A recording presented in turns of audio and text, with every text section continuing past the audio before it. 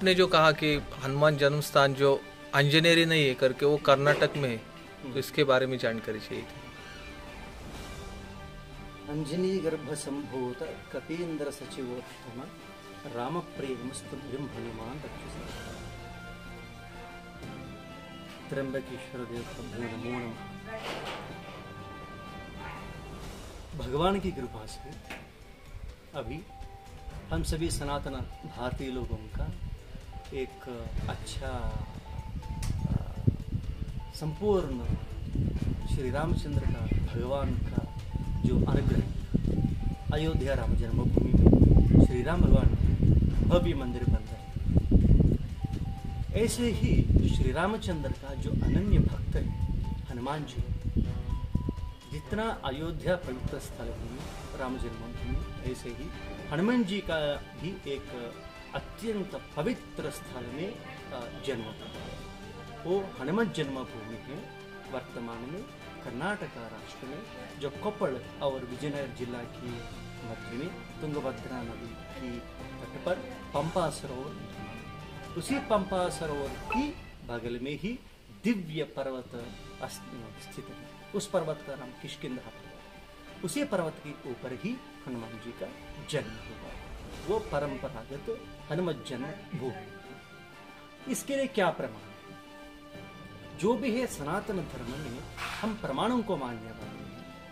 वो प्रत्यक्ष प्रमाण कुछ लोग हैं, परोक्ष प्रमाण कुछ लोग हैं, आगम प्रमाण कुछ लोग हैं, आचार्य प्रमाण कुछ लोग हैं, आचार्य विचार प्रमाण कुछ लोग हैं।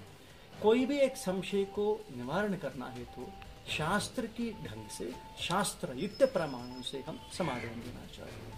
अभी कुछ लोगों का ये भावना है कि हनुमान जी का जन्मस्थल हमारा ये अंजनेरी जो नासिक में स्थित है वो पर्वत है। और कुछ लोगों का ये भी कहना है कि गुजरात में हुआ, कुछ लोगों को ये कहना है कि झारखंड में हुआ, कुछ लोगों को ये कहना है कि बिहार में हुआ। तो हनुमान जी का जन्मस्थल कहाँ है? कुछ लोगों का जो मन में अनेक सारे प्रश्न हैं। इस अनेक सारे प्रश्नों को जो उत्तर देता है श्रीमद् वाल्मीकि रामायण। ये जो वाल्मीकि रामायण में हनुमान जी के बारे में स्पष्ट लिखा है, हनुमान जी की जन्म की वृत्तांत को लेकर। जैसे पहला आरंभ में ही ब्रह्मा जी राम अवतार की महाविष्णु के पास जाकर राम अवतार के बारे में पूछने के बाद देवता लोगों के पास जाकर देवता लोगों को आज्ञा देता है, आप सभी लोग आपका रूप पकड़कर मानव जन्म देना है। ऐसा मार्त माने वायु क्या देता है?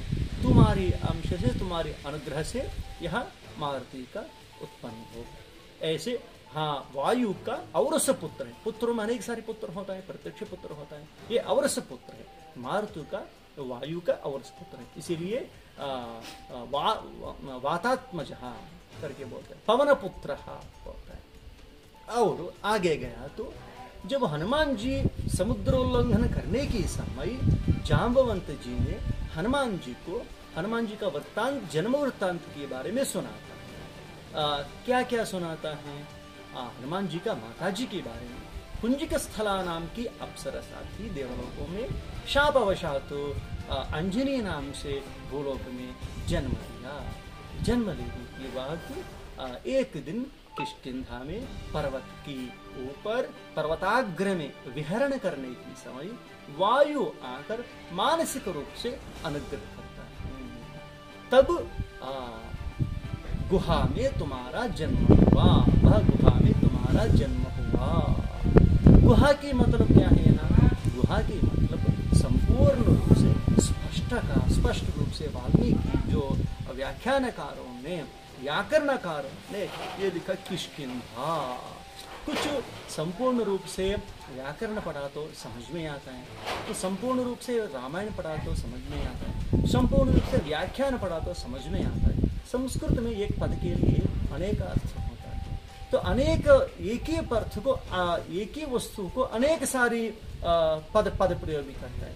यहाँ वाल्मीकि जी ने संपूर्ण रामायण में बहुत सारी जगहों में किष्किंधा नाम की जगह में गुहा उपयोग करता है। उदाहरण के लिए श्री रामचंद्र की पास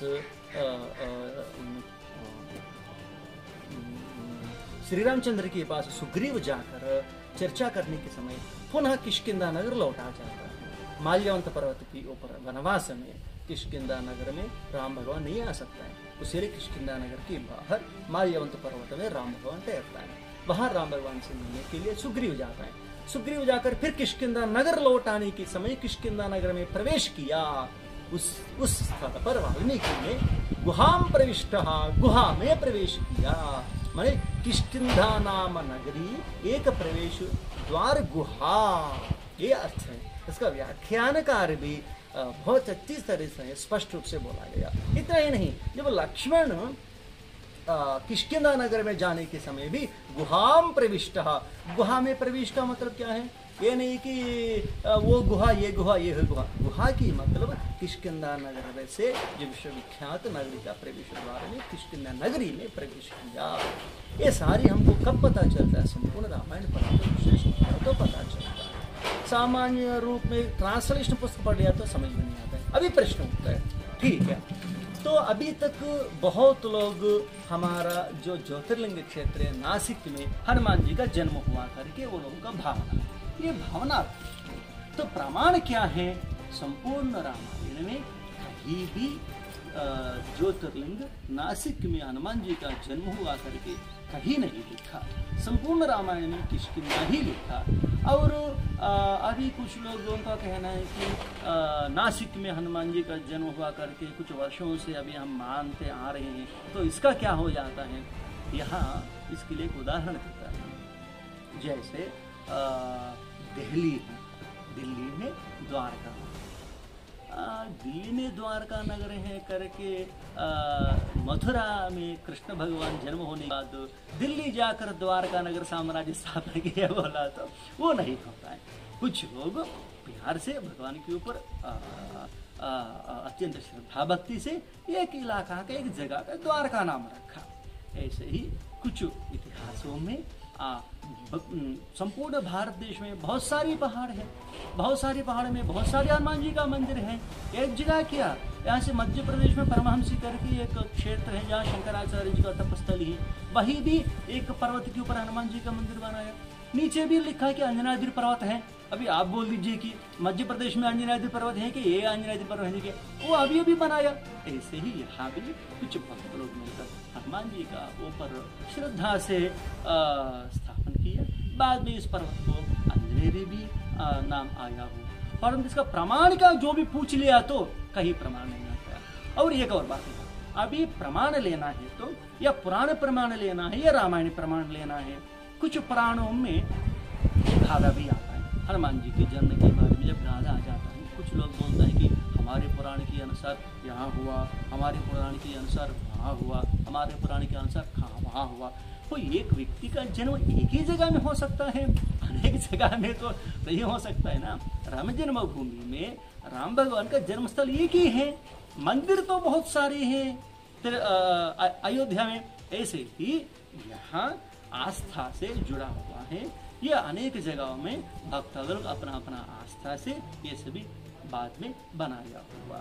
जो अभी यहाँ पुराण को प्रमाण लेना चाहिए या इतिहास को प्रमाण लेना चाहिए, जो भी सनातन धर्म के अनुसार सिद्धांत के अनुसार पुराणों में भिन्न भिन्न वाद आया तो इसकी विरुद्ध ये बोला तो इसकी विरुद्ध ये बोला तो तब क्या कर लेना चाहिए? इतिहास को प्रमाण लेना चाहिए। उदाहरण के लिए सिटी सिविल कोर्ट है, उससे भी बड़ा कोर्ट है, उससे भी बड़ा हाई कोर्ट है, उससे भी बड़ा सुप्रीम कोर्ट है। ये सभी प्रमाण करने के बाद रामायण ही परम प्रमाण माना जाता है। क्योंकि ये सभी पुराण कब लिखा? 5300 वर्ष की सभी लिखा ना वेदव्यास जी। ये प्रमाण से ये पुराण से भी कुछ नहीं थे, तब 10,000 वर्ष की पहले चले जाए, पीछे चले जाइए, तब कोई प्रश्न पूछा था हनुमान जी का जन्म कहाँ हुआ, तो रामायण को आश्रय लेना पड़ता है। तो रामायण में ये श्लोक में बोला गया, जाम्बवंत जी हनुमान जी को अपने जन्म वृत्तांत के बारे में बोलते हुए, ततस्तुष्टा जननी ते महाकपे गुहायां त्वां महाभावो प्रजज्ञे प्ररगर्षभम। जो वायु की अनुग्रह से संतृप्त होने के बाद माँ भगवती अंजनी मैया तुमको इस गुहा में माने किष्किंधा में जन्म दिया। तो इसमें न तिरुपति का नाम है, न त्र्यंबकेश्वर का नाम है, न गुजरात का नाम है, न छत्तीसगढ़ का नाम है। यदि मान लीजिए कि नासिक की एक ही लीजिए, यदि छत्तीसगढ़ में कहां से आ गया, राजस्थान बिहार में कहां से आ गया, ये गुजरात में कहां से आ गया, इसकी मतलब बाद में बनाया हुआ ये सभी। तो कोई रामायण को इनकार नहीं कर सकते हैं ना, हम नहीं बोल रहे हैं, ये गोविंदानंद जी नहीं बोल रहे हैं। इसीलिए ये विषय को हमें पहले क्या किया, जो भी धार्मिक विषय को निर्णय करना चाहिए तो ना हम नहीं कर सकते, ना आप नहीं कर सकते, हमको सनातन धर्माचार्य। अभी दुनिया से सबसे बड़ा धर्माचार्य कौन है? शंकर भगवत्पाद जी 2500 वर्ष के पहले चारों दिशाओं में ये धार्मिक निर्णय लेने के लिए शंकराचार्यों को स्थापन किया, आमय पीठों को, चारों पीठों को। अभी इस मामला को लेकर हमें दक्षिण भारत देश में कर्नाटका में किष्किंधा होने के कारण वहां श्रृंगेरी महाराज जी के पास जाकर श्रृंगेरी महाराज जी से 3 दिन का संपूर्ण चर्चा हुआ। बाद में श्रृंगेरी महाराज जी स्पष्ट बोल दिया कि किष्किंधा में ही हनुमान जी का जन्म हुआ। और ये महाराष्ट्र गुजरात, जब महाराष्ट्र गुजरात आना है तो यहाँ का धर्माचार्य कौन है? जगतगुरु शंकराचार्य परास्मरणीय स्वरूपानंद सरस्वती महाराज जी है। जो स्वरूपानंद सरस्वती महाराज जी द्वारका पीठ का आचार्य है। जो ये महाराष्ट्र गुजरात ये सभी द्वारका का सीमा में आता है। यहाँ जो भी धार्मिक विधि विधान है जो द्वारका का शंकराचार्य की आज्ञा से चलता है। ऐसे उत्तर भारत देश में चले जाइए, ऐसे हिमालय, झारखंड, हरिद्वार, दिल्ली, कश्मीर, ये सभी उत्तरामनाय पीठ का है। ऐसे पूर्व पश्चिम में, पूर्व दिशा में पूरी शंकराचार्य के। अभी यहाँ नासिक में हनुमान जी का जन्म करके बोल रहे हैं ना, अब यह धार्मिक निर्णय कौन ले सकता है? ना पंडित का सब्जेक्ट नहीं है ये, पंडित का सब्जेक्ट निर्णय कौन दे सकता है? यदि संशय है तो शंकराचार्य। इसीलिए हमें पूज्य जगद्गुरु शंकराचार्य धर्म साम्राट स्वरूपानंद सरस्वती महाराज जी के पास गया, उसके पास सब पूरा प्रमाणों को रख दिया। हमें 20 दिन का चर्चा हुआ। 20 दिन में गुरुजी अनेक प्रश्न पूछा। कुछ ठीक है बेटा, वायु को समाधान दे दिया। तब कुछ लोग बोलते हैं कि एकादशी दुर्गा अवतार है, उसका प्रमाण निकालो। तब उसका प्रमाण दिखाया हमें। अनेक सारे प्रमाणों से सिद्ध हुआ कि हनुमान जी एकादश रुद्र शंकर भगवान का अवतार है। उसके साथ साथ वायु का जो अनुग्रह से केसरी अंजनेय दंपतियों को किष्किंधा में हनुमान जी का जन्म हुआ। ये प्रमाण की बात है। जब शंकराचार्य, न केवल शंकराचार्य, मध्वाचार्य, रामानुज इत्यादि समस्त आचार्यों को सहमति देकर यहाँ निर्णय होने के बाद उस निर्णय को हमें सब लोगों के सामने अवगत कराने के लिए जो सारी जो जिसका मन में जो संशय है निवारण करके एकता रूपता लेके आने के लिए संपूर्ण भारत देश में हनुमान जी के बारे में एक बात होना चाहिए, एक जन्मस्थल, एक जन्मतिथि, इसमें मतभेद नहीं होना चाहिए। और भक्तादि लोग इससे भगवान के ऊपर श्रद्धा से भगवान का अनुग्रह पाना चाहिए। हनुमान जी का जन्म कब हुआ?